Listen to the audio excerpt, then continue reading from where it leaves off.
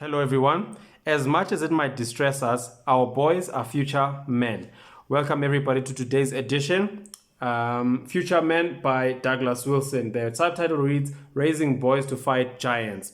The book is 184 pages of pure reading, 10 pages for the introduction, and took me an hour and 5 minutes with note taking and 2 major disturbances. So I count that in within that time frame. But it's an easy read with very easy English. The pages are white and the font size is 1.8 millimeters. So it's a comfortable read. If you're reading with a night light, because the pages are white, it might be too bright for you. And so I advise reading it mainly during the day.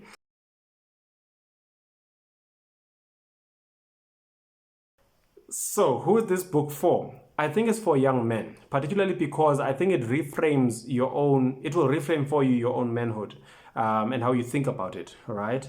Secondly, I think it's for moms with boys, married or unmarried, right? But I think because it always comes as a surprise how different boys are from girls, right? And how raising them is different, right?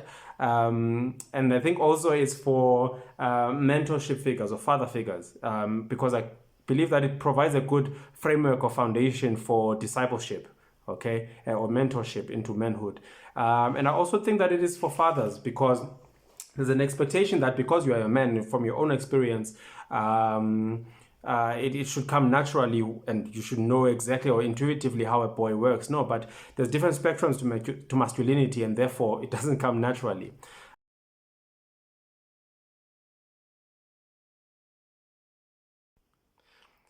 So, what is this book about? Listen, I think the author has new ways of framing old arguments, which is very helpful for building a fresh perspective into manhood, right? Into boyhood and manhood, actually. But it's a very boy-centric book in that he focuses on boys and their development, right?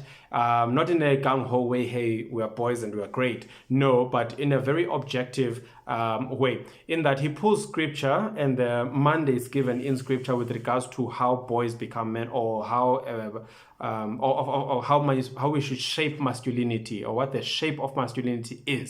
It warrants some discussion, but if I were to break down what in a few words, what I think the introduction in the first chapter is about, it's basically about, I'll say, purpose, faith, and aspects of masculinity. And basically what it's talking about is that in the introductory section, which is the overarching section about understanding future men, within that has the first chapter which says the shape of masculinity. There he breaks down masculinity into 5 aspects, and basically I'm going to have to extract this from the book because this is the key takeaway from this, right? Basically, what he's saying is that young men, as they are purposed by God or brought into the world by God and put under your care, you must try and shape these masculine aspects in them, because this is the shape of masculinity. Don't take any of these one by one or isolated. They have to be developed together. Basically, they must develop into lords as men. They are boys now, but they must develop into lords, into husbandmen, into saviors, into sages, and into glory bearers. Those 5 aspects of masculinity. There are other definitions there, but I thought those were the ones that stood out the most to me. Now, as lords, he's talking about how man was created to exercise dominion over the earth, right? And the conclusion of that section basically is that young boys need to learn from young boys need to learn to be adventurous and visionary, right? As they exercise lordship over the earth.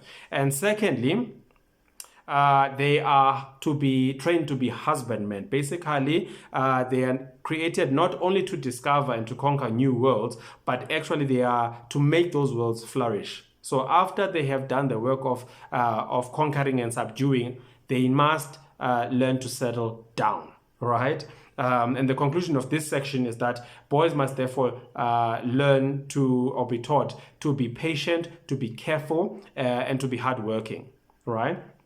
As saviors, this is point number 3. As saviors, they have an innate and deep desire to deliver or to save, right? And this is taken from the example of Christ being the dragon slayer, right? If you remember Genesis Genesis 3, something, right?